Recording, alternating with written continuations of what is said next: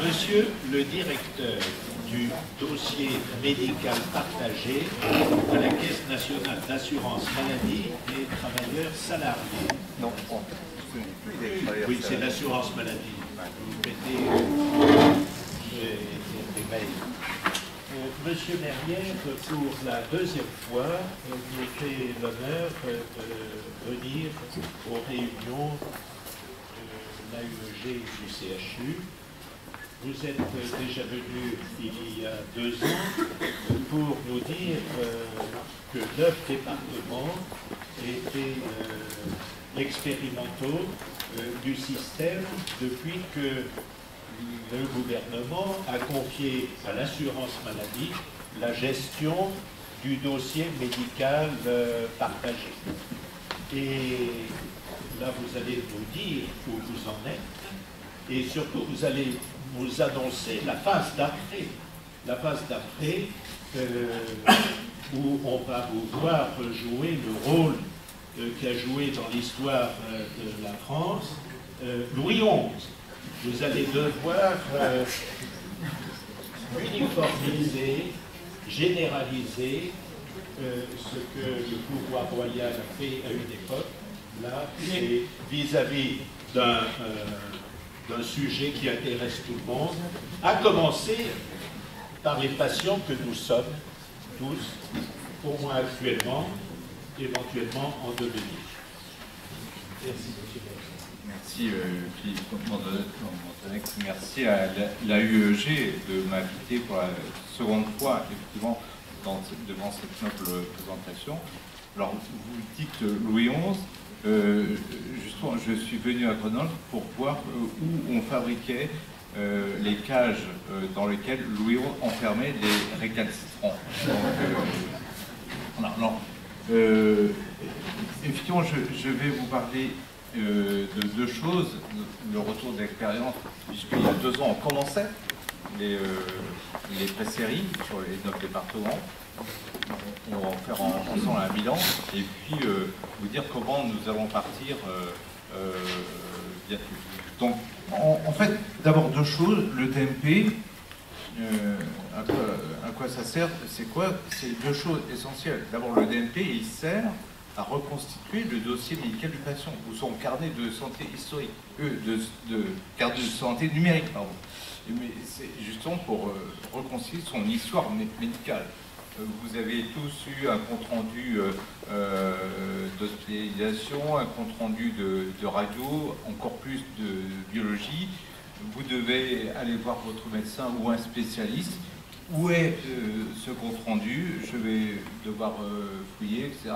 Et bien, mettez-le ou que le médecin de départ ou le laboratoire au départ l'ait mis dans votre DMP, vous aurez tout concentré dans cet espace-là. C'est l'état d'esprit de la loi de Kouchner, donc l'information médicale à donner au patient pour le faire. Donc c'est bien un service rendu au patient de lui constituer son histoire médicale.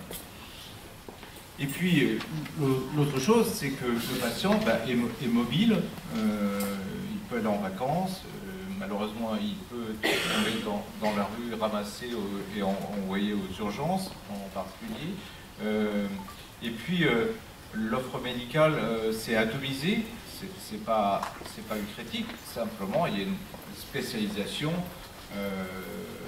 de la prise en charge du patient. On dit bien pour une simple prothèse de hanche, il y a 11 PS différents qui vont intervenir. Donc il faut que toute l'équipe de soins qui va prendre en charge le patient ait le même niveau d'information, et tout PS qui prend en charge la première fois le patient doit avoir un minimum d'informations sur l'histoire médicale du patient, et pour bien le prendre en charge, éviter de chercher cette information.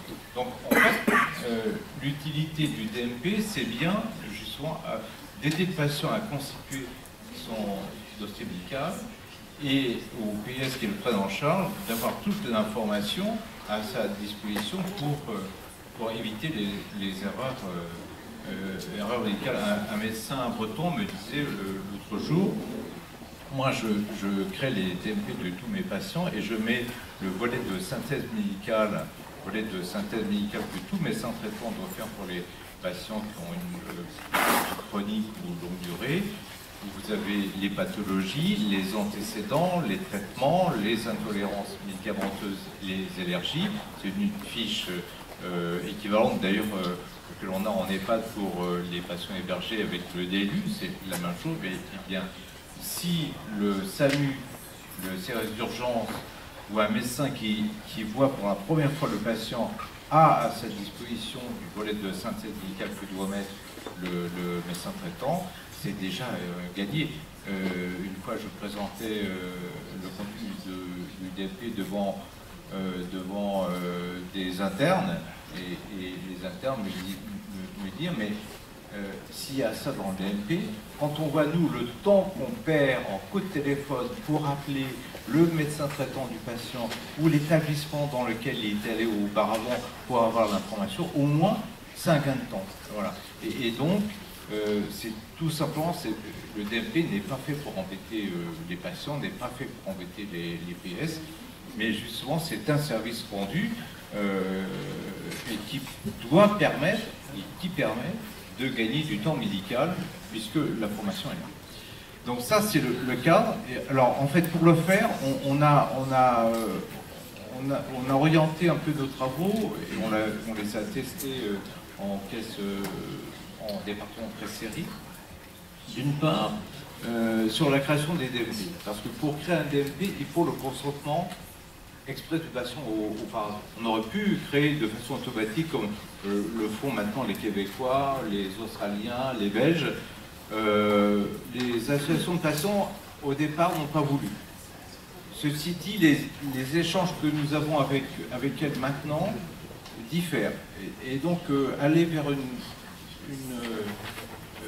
une ouverture automatique de DMP pourrait être, dans les prochaines années, une voie possible. Mais aujourd'hui, ce n'est pas le cas. Il faut passer par le consentement du patient à l'ouverture de son DMP. Alors, les médecins ont du mal à créer les DMP. On a vu que les établissements de santé ont du mal à créer les DMP. Donc, en fait, ce qu'on a fait, c'est qu'on a demandé aux caisses d'assurance maladie, donc je remercie les représentants des CGDR, en tout cas parmi nous, d'avoir contribué à cela. Et donc, dans les services d'accueil, maintenant, on peut créer les DMP des patients. On a permis aussi aux patients de créer son propre DMP, donc sur Internet. Alors en fait, on a fait dans les caisses pressées, et ce qu'on fera donc avec le déploiement national, pour tous ceux qui ont un compte AMI avec une adresse email validée, on envoie un mail les invitant à créer leur DMP et en leur donnant un code de création que nous a, selon les procédures de la CNIL. Alors, au niveau des caisses pré-série, il n'y a pas eu de communication nationale ou locale faite. On a eu un taux de transformation des mails envoyés de 5%. C'est déjà bien, c'est pas terrible, on aurait espéré mieux, mais dans le cadre d'une communication nationale, ça peut donner lieu à plus.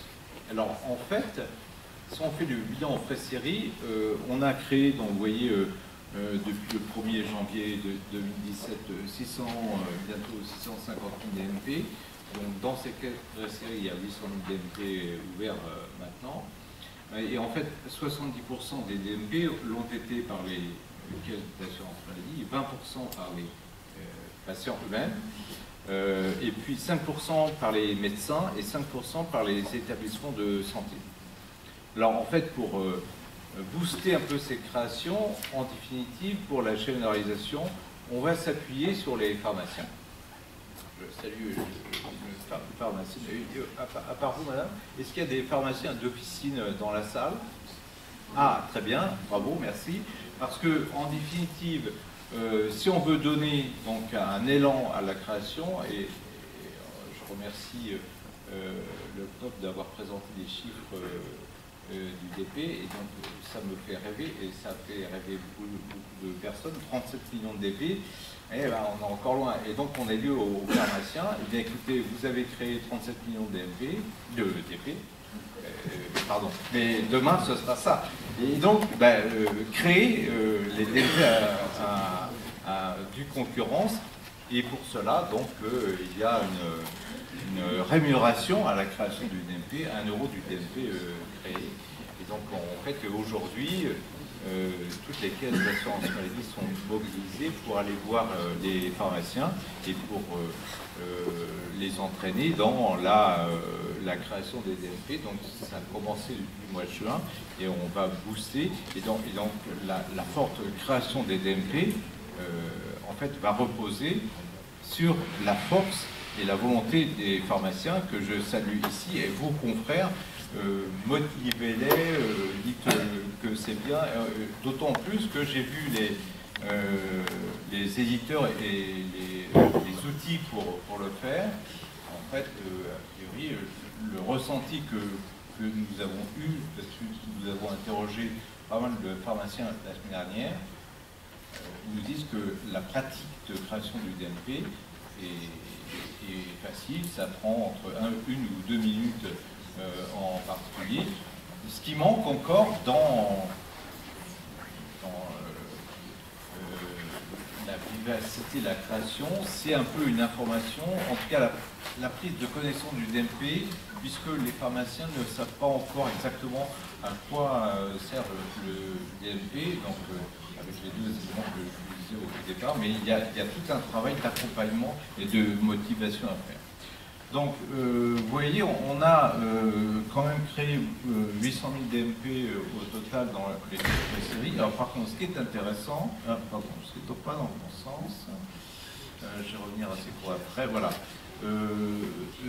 En fait, c'est voir dans ces pièces préséries quelle est la masse de la population qui a un DMP.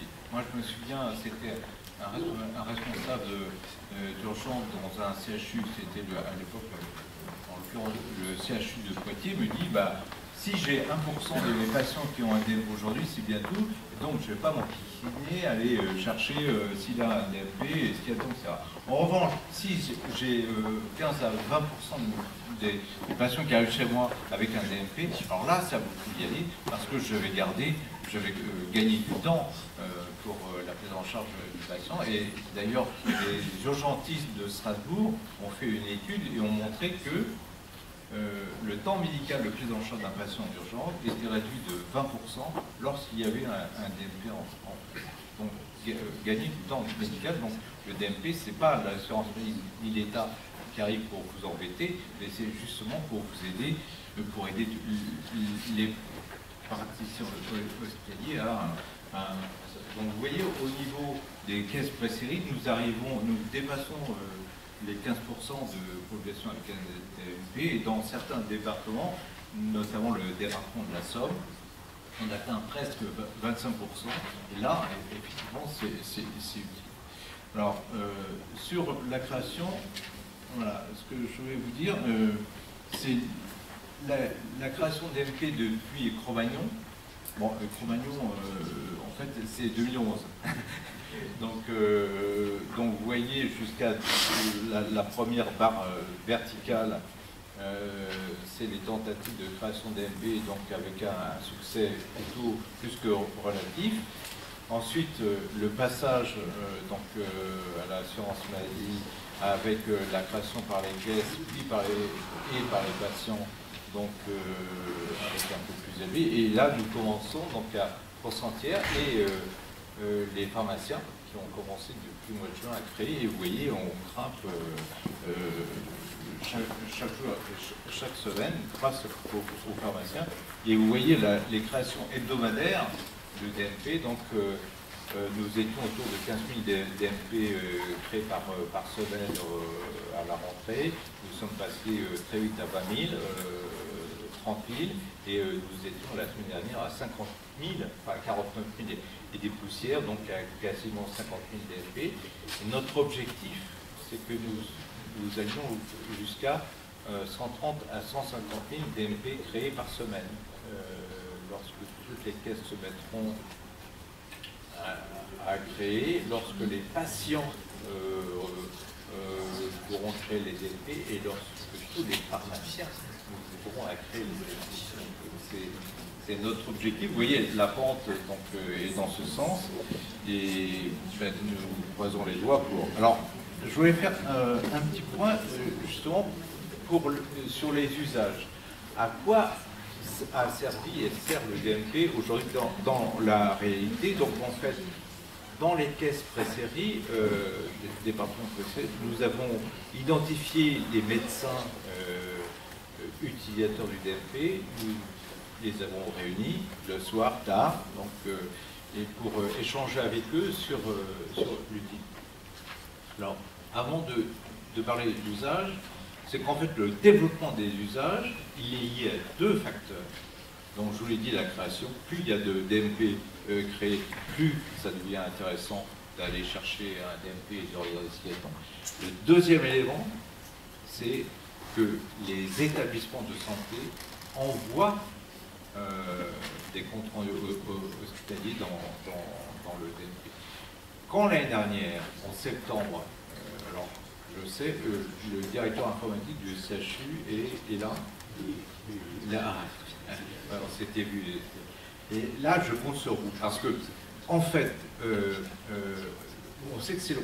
Donc, on a eu une augmentation du nombre d'établissements de santé qui alimentaient. Et en fait, quand en septembre 2017, on a fait le bilan, on a montré aux médecins de l'île que justement les DMP étaient alimentés de plus en plus par les établissements de santé.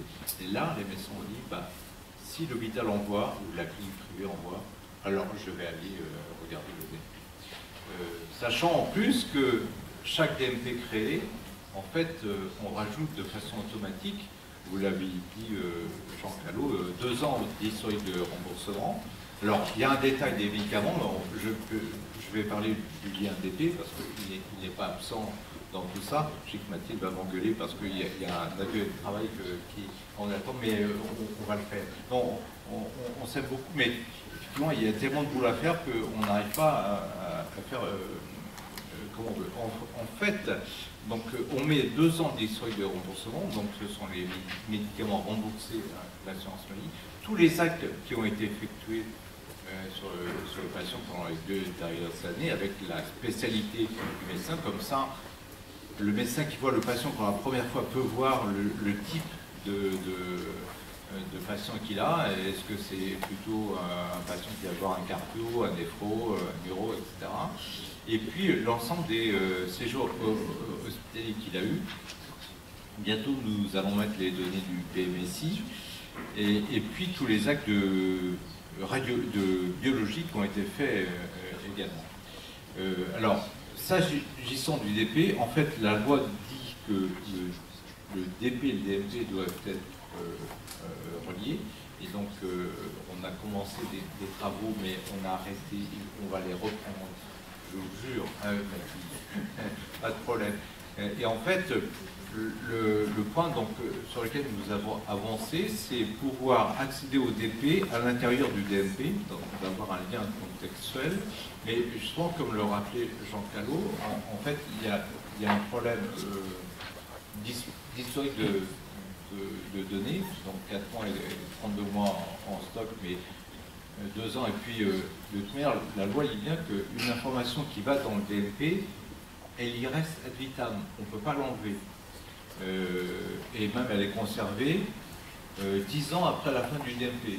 La fin du DMP, c'est le décès, donc l'information, le DMP est fermé au décès du patient, mais il n'est pas détruit, il est conservé pendant 10 ans en cas de recours, et s'il y a recours, la date de 10 ans reprend à partir de ce recours. Or, en fait, nous avons 4 mois côté DP, donc il faut que nous travaillions pour que si un médecin accède aux données du DP, aux médicaments du DP, bien, il faut pouvoir la conserver. Donc je sais que nos architectes travaillent à l'heure actuelle, savoir est-ce que l'information est stockée dans une base à part, l'information qui a été vue dans le DMP est stockée dans une base à part pour regarder l'historique du DMP, ou alors la mettre dans le DMP. Bon, ça c'est un problème technique à régler. Bon, hein. Deuxième problème qu'on a, bon, ce n'est pas encore réglé, évidemment, dans ce monde médical, dans ce monde de système d'information, l'identifiant du patient dans le DMP n'est pas le même que celui du patient dans le DMP. Donc il faut faire des pontages. Alors heureusement, en fait, la loi sur l'INS, qui devient indicateur, identifiant national de santé à partir du NIR, donc est déployée. Nous avons eu l'accord de la CNIL pour le mettre dans le DMP. Donc en fait, nous devons attendre encore la publication d'un référentiel de la ZIP et pour autoriser l'ensemble des systèmes d'information de santé d'utiliser le NIR, enfin l'INS. Comme ça, on pourra faire le comptage sans problème entre DP et DMP. Au niveau des usages, donc je vous dis, avoir beaucoup de DMP, avoir des données, des datas dans le DMP, donc historique de remboursement d'autre part, et données d'hospitalisation d'autre part, mais aussi demander aux labos qu'ils envoient les données dans le DMP, que tous les spécialistes envoient des comptes rendus de consultation et le généraliste envoie le volet de synthèse médicale. Alors en fait, le premier usage qui était observé, en tout cas en ce moment, après un an de mise en place, c'est d'abord un travail de spécialistes. Ce sont les spécialistes qui sont premiers utilisateurs du DMP. Pourquoi? Parce que c'est, comme ils me disent, souvent on voit le patient pour la première fois, on ne connaît pas le patient. Et donc pour nous, si on voit qu'un patient a un DMP, en fait, tout de suite on va dans l'historique de remboursement justement pour voir le profil du patient. Et puis si en plus il y a un compte rendu d'un confrère spécialiste ou le volet de synthèse médicale, ou même, alors j'ai vu un œil sourire de la part de, je me souviens d'une rhumato, c'était à Tours, et mais j'ai même vu un compte rendu d'hospice de la clinique, et voilà. Et c'est ça qu'il est fait, et en définitive, donc le spécialiste, alors évidemment, anesthésie, réa, les anesthésistes sont hyper demandeurs. Vous avez rappelé le chiffre du médecin de Saint-Jean-Luz qui disait que, en fait, 30% des patients omettent de l'information à la question posée « Quel médicament prenez-vous » et dans 17% des cas, ça peut avoir des conséquences graves pour l'intervention. Un patient qui oublie de dire qu'il prend un anticoagulant. Donc ça, il me dit, c'est notre quotidien. À tel point d'ailleurs, c'est que les anesthésistes réa sont en train de définir un document propre pour eux, qui est un document compte rendu d'anesthésie, que l'on mettra dans le DMP. Donc il y a un travail avec la ZIP à l'heure actuelle pour formaliser ce document. Et d'ailleurs, une représentante de l'ASFAR, avec laquelle on a travaillé depuis le début de l'année, va présenter au congrès de l'ASFAR qui a lieu aujourd'hui, demain et après-demain, va présenter les travaux de liaison avec le DMP. Donc ça, c'est un point important. Donc les spécialistes, les anesthésistes, donc premier demandeur. Autre cas qu'on a vu aussi, c'est un médecin qui part à la retraite. On me dit un médecin qui part à la retraite, je peux dire, je pars, on verra bien. Non, en fait, j'ai eu plusieurs cas, et d'ailleurs un de ceux-là m'avait dit on devrait obliger, il n'y a qu'un médecin de dire qu'on peut obliger un médecin, sûrement pas l'assurance maladie, on devrait obliger les médecins qui partent à la retraite dans les 2 ans qui précèdent leur départ de faire un DMP et un volet de synthèse médicale pour tous leurs patients, parce que le cas en l'occurrence du médecin qui a mis au point cet aspect-là, c'est un médecin évidemment qui ne sera pas remplacé un pour un, puisque maintenant vous connaissez la difficulté, donc qui sait que sa patientèle va éclater entre plusieurs médecins qui vont la prendre en charge. Et donc il me disait, donc j'ai eu 2 médecins comme ça, dire ben, je fais le volet je crée le DNP systématiquement pour mes patients et je rédige le dossier, le volet de synthèse médicale que je mets dans le DNP, au moins mon confrère qui le prendra en charge aura toute l'information. Et ça c'est intéressant. Et donc les autres travaux que nous faisons et qui sont en cours, d'abord avec le SAMU. Donc on a fait un gros travail avec le SAMU, en partie le SAMU 94, puisque le SAMU 94 était indépendant prescrire. On a installé les lecteurs de cartes CPS pour un temps. Et donc ils sont ravis. Alors ils sont ravis, mais d'un côté, vous voyez, il y a des médecins de ville qui viennent, puisque c'est SAMU Centre 15, régulateur.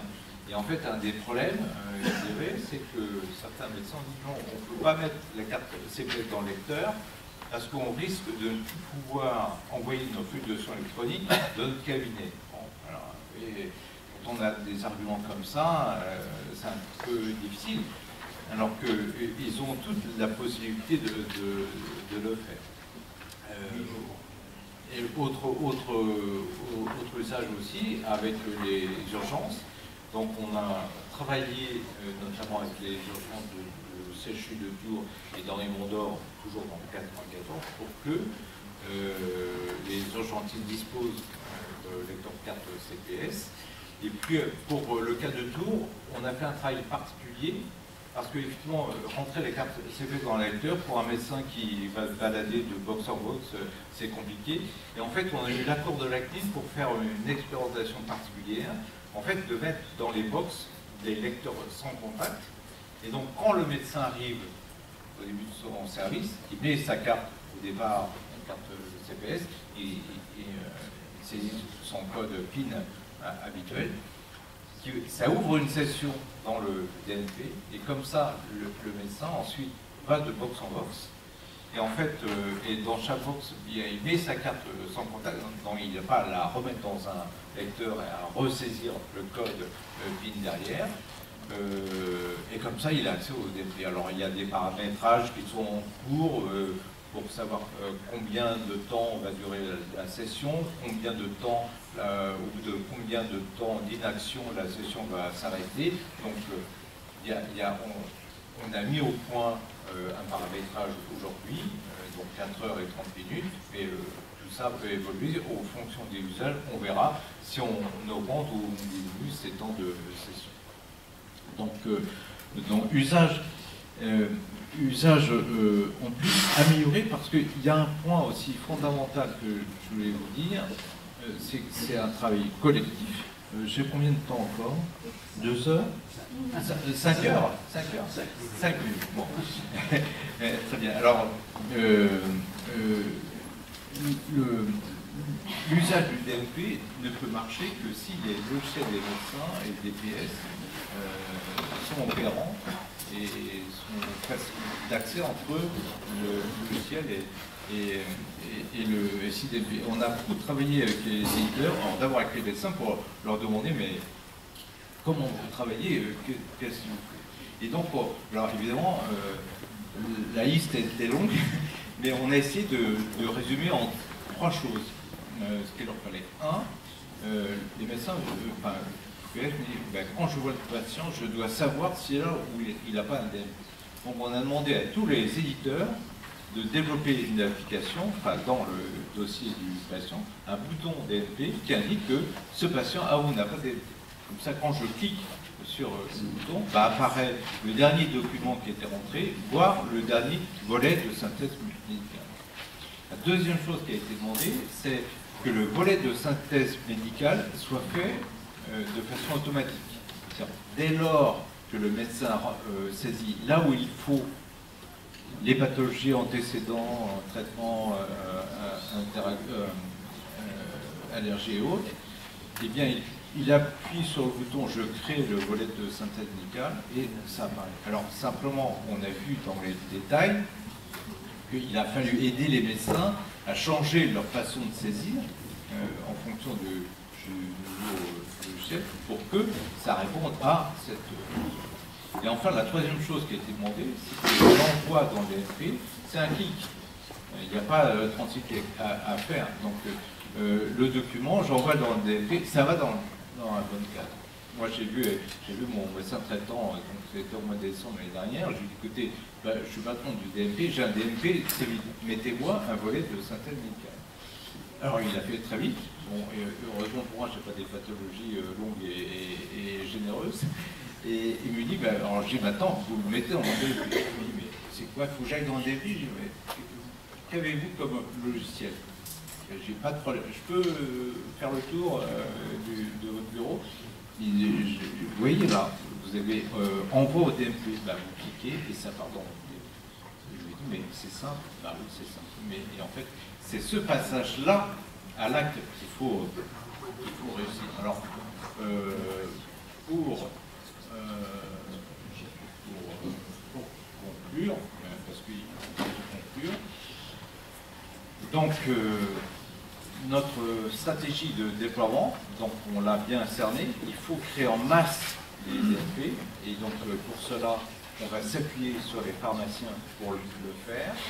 Il faut que les établissements de santé envoient les comptes rendus de contrôle opératoire dans le DMP, et depuis le mois de janvier, en fait, toutes les caisses d'assurance maladie et les ARS vont voir chaque établissement pour les inciter à envoyer le DMP. Alors, il y a 1 an et demi, 250 établissements de santé alimentaient le DMP. Aujourd'hui, on en est à 565. On n'est pas encore aux 3000, mais on a doublé, en un an et demi, on a doublé le nombre d'établissements qui. Alors, j'espère que d'ici la fin de l'année prochaine, on aura la quasi-totalité des établissements. On a un point fort, c'est le côté EHPAD, faire en sorte que les EHPAD saisissent dans le DMP le DU. Et donc là, aujourd'hui, il n'y a que 48 EHPAD sur les 7000 EHPAD qui envoient le DMP. Donc ça veut dire qu'il faut qu'ils fassent évoluer leur système d'information et ensuite qu'il envoie le début dans le DMP. Donc en fait, les annonces seront faites début novembre. Donc vous aurez une conférence de presse de Mme la ministre et du directeur général de la CNAM. La date, elle bouge encore, je ne vous donne pas de date parce que ça bouge tous les jours. Et puis une campagne de communication avec des spots de télé, radio et journaux et affiches dans la rue. On a vu hier soir les spots. Donc à partir du mois de novembre, début novembre, pendant tout le mois de novembre, et on reprendra une deuxième campagne de communication en mars-avril l'année prochaine. Voilà, merci beaucoup.